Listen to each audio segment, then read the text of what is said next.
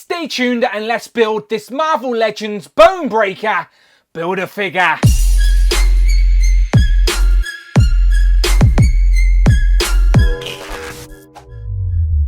Pow, and welcome back to the channel, Dan Who Reviews. As always, my name is Dan W. Make sure you are following me on Instagram at It's Dan Who. And remember, you can now hit that join button and become a channel member as well. Either show some love or join the members club. Much appreciated. Today we have came to the end of yet another wave of Marvel Legends. This time round it is the Bonebreaker Build-A-Figure wave, and what a great wave of X-Men characters it was. A lot of new characters to add to the collection as well, but the Bonebreaker is definitely the highlight, as this is a very sought after unique character to add to your Reavers. The only other ways to do this justice would have been maybe in a deluxe or in the Riders wave, but we will take the Build-A-Figure. As you can see, there's a lot of pieces here, not just a figure, but for the tank itself. So if you want to build Bonebreaker, you will need to buy 6 of the 7 figures in this wave, which are: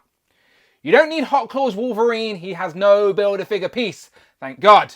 You do need Siren, Havoc, Vulcan, Maggot, Darwin, and first appearance Sabretooth. You buy those 6 figures and you, like me, will have all of these pieces on the table, which include like a tiny little ping pong table net. We have the engine from Vin Diesel's car and some water barrels as well. But obviously, let's try and do this. So I'm going to try and do it online and see how we go rather than skipping to Movie Magic. But I'm not going to lie to you, I may have to skip to Movie Magic. So of course the head goes in on there, and there we go. There we have Bonebreaker, looking very nice first and foremost. So there he is, no legs of course, cannonball all over again, but he does have some interchangeable fisted hands and a gun as well, which is nice to see. So we'll come back and look at them in a minute. Let's just focus on the tank pieces.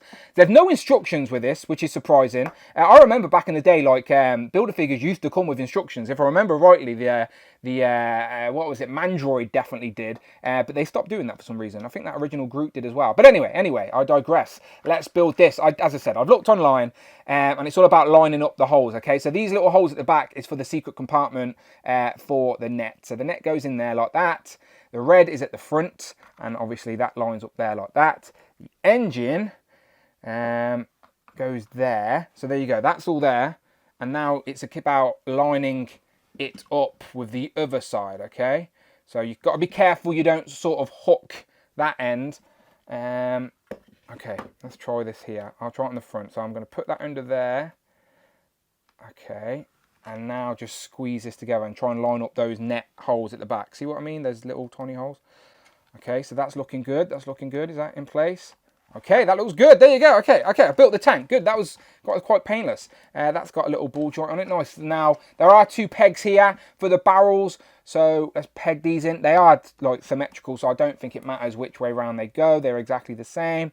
So they literally peg in the back. You get a little secret compartment at the back, which is pretty good. I'll show you that again in a minute. And then now we're just missing the main event. So here he is, Bonebreaker.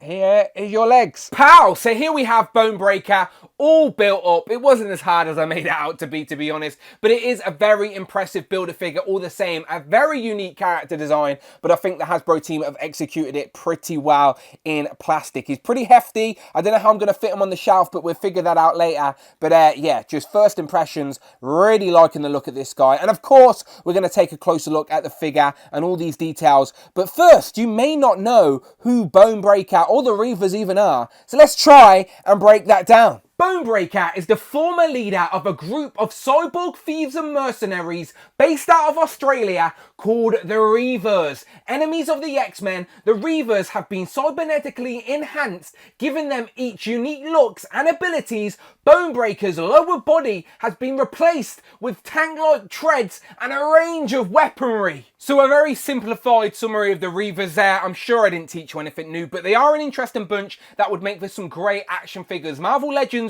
have already gave us a couple, but there's a few more we need, and I'm sure Bonebreaker would have been on the top of everyone's list, as what's not to like? He's half man, half tank. So let's take a closer look, starting at this wacky facial expression, but I do really like this. It's a modernized version of Bonebreaker from the comics, where he has this more grey Mohican than it is white, but it is nicely sculpted. It looks like there's some dry brushing in there, but I do just think it's the lights creating shadows in the sculpt. But it is very unique, and I like that a lot. Other than that, it's a bald head with the glasses, of course, but what's great about these glasses is that they are pinned into the side of the head, but they will go up, and the eyes are painted. So now you can see even more craziness behind the glasses in those eyes. The mouth is nicely done as well. That tongue is a separate piece with the teeth painted, the tongue painted. So yeah, crazy expression, but really well done. So glasses up, or glasses down, spin it to the side. You don't want the glasses off, because if I do that, you can see that the pins or the pegs for the glasses will just be there in the side of the head, so you don't want those holes on show.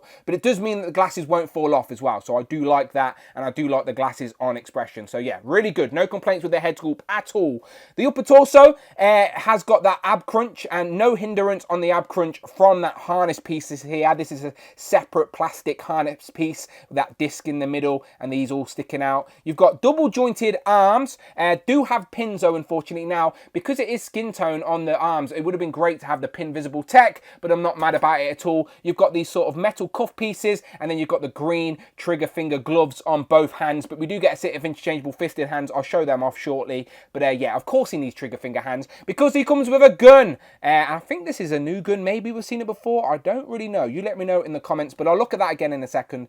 But yeah, the upper torso is all good. As I said, that harness piece isn't actually plugged in anywhere, so it's not going to hinder the articulation, but you do want to tuck it in to that contraption there, so it looks like it's all one piece. He's got a peg hole in the back, but nothing to peg in. But yeah, no complaints with the upper torso. But let's be honest, the main event is the lower torso, which is a tank. So definitely no cannonball syndrome here, as this guy has, even better than legs, he has a tank. Look at these tank treads as well. Now, of course, it would have been better if they moved. They don't move. They're a solid piece of plastic, but the sculpt is very nice, and there is a little bit of detail in here, a little bit of like light sort of chrome splashed on there, if you will, and you can see it on the front here as well. If I zoom in, a little bit of chrome, sort of maybe scuffs are they to show. Same here, some scruffs there, and this sort of turret is on a ball joint, so that's got articulation. That's definitely a point of articulation there for some nice sculpt. You can point it up, you can point it down, left, right. It's on a ball joint, so it looks good. A little bit of different plastic there for the headlights. Would have been great if they were LEDs, of course it would, but that's not how Marvel Legends work. But the sculpt is very good. Like, if you look around, if the light hits it just right, you can see all the sort of cracks and dinks and scratches and battle damage and wear and tear that the tank has gone through, which it should have. Again, it's just that if they had more in the budget for paint and deco, they could really hit these or give it a more of a dry brush and really bring out the detail of the sculpt, because the sculpt is undoubtedly there. You've got like a door stopper there. It would have been great if that was removable and an extra accessory, but it is a sculpted on piece. You've got the barrels, which we've seen before, of course, are a separate piece. You've got the hole in. The barrels are symmetrical. They go the same way. You've got the back compartment, which, as I said, is a secret compartment, so that it opens up, and then you can put his interchangeable hands in there. As I said, you get fisted hands. You can put them in there and store his accessories in his trunk, and then they can come out when you need them. So yeah, nice little secret compartment there. I think the only other time we've got like a secret compartment is sort of with what was it, MODOK, but I don't know if that was intentional or not. But you can put MODOK's arms inside of him, or these hands inside of him. But yeah, the other side is very much the same. Now, these tank treads are like a separate plasticky piece that do come away from the wheels, but the wheels won't spin. But these are a little bit softer. But yeah, they don't move at all, but still, it does the job. Like, let's be honest, you're going to have him standing on the display anyway. Did you really need him to move?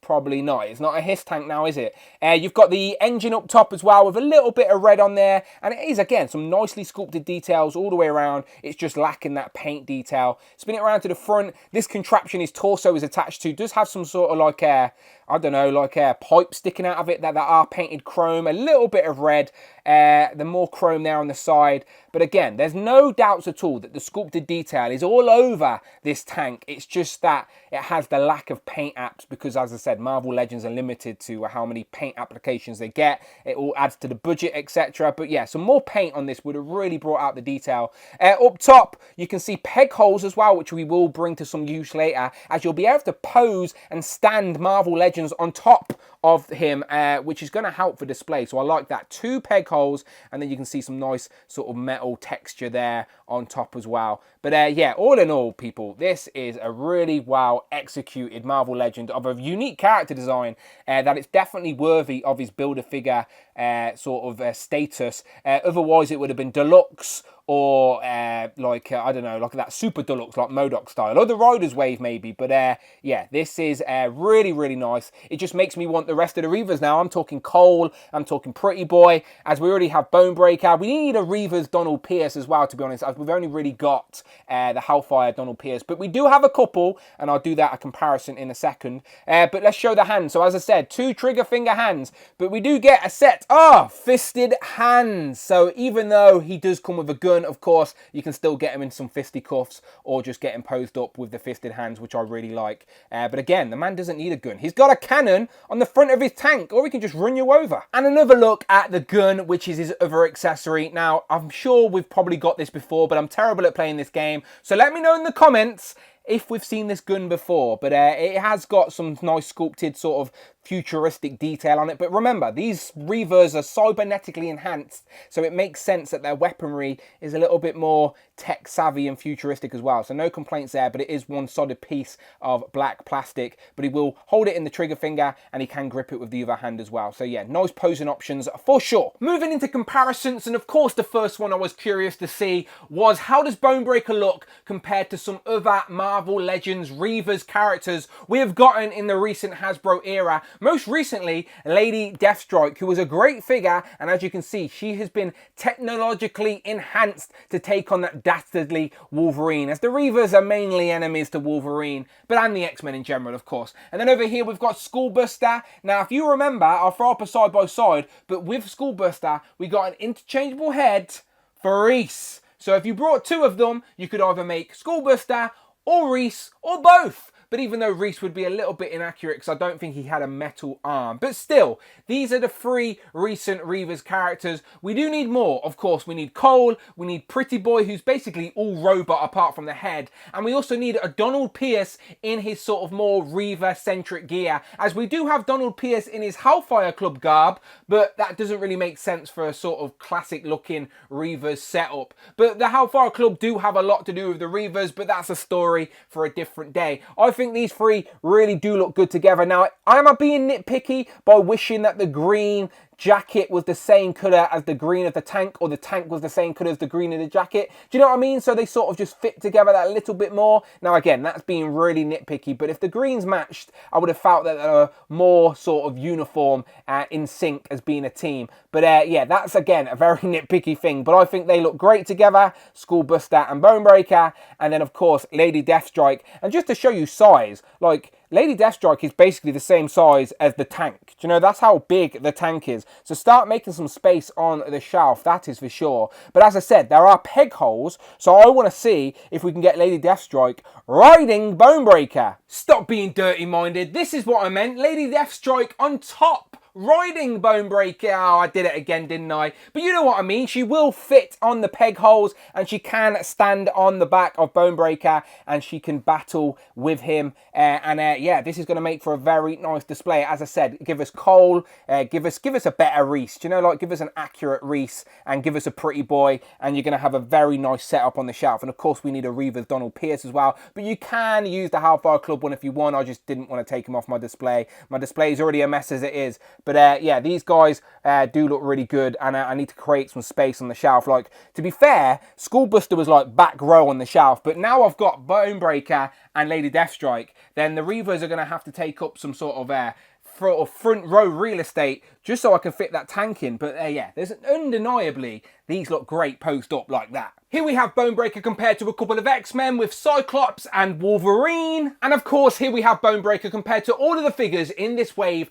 that came with a Build-A-Figure piece. Now, it's not the full wave, as obviously I'm missing Wolverine, but he didn't come with a Build-A-Figure piece. And in a day and age where figures ain't getting any cheaper, that wasn't a version of Wolverine that I particularly needed in my collection, so I skipped out on him. But the rest of these figures are great. I lot of new comic book characters for the shelf, very X-Men centric, and you know I love adding new characters to the display, and this wave does exactly that with a couple of upgrades as well. So as always, I do a full recap and ranking, letting you know my least favourite, two favourite, top 7 style. Check that out on the channel very soon, because this wave isn't an easy one to predict. There's a lot of great figures here, so even I right now don't know where I'm going to rank them, but check out that video very soon. Here we have Frogman and Tigra, and last but absolutely never least, here we have Captain Britain and Hal Fire Hank.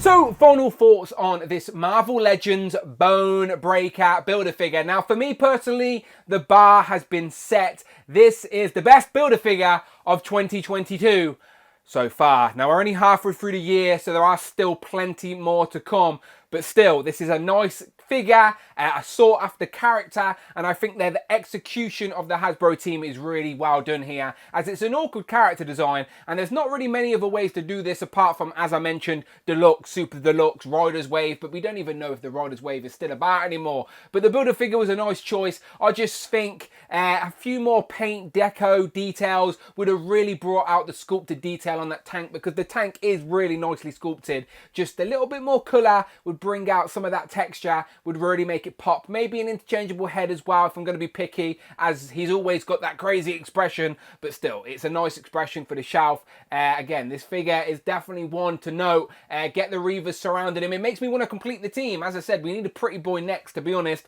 and then a Cole and a decent Reese. You can put Cole and Reese in a 2-pack. Like, make it happen. Oh, and of course, Donald Pierce as well. We need Donald Pierce. But you let me know what you think in the comments below. Is this the best Build-A-Figure of the year so far? If it's not, what is? And I'm really curious to know what your thoughts are in the comments below. What other Reavers characters would you like to see in figure form? Who should be next?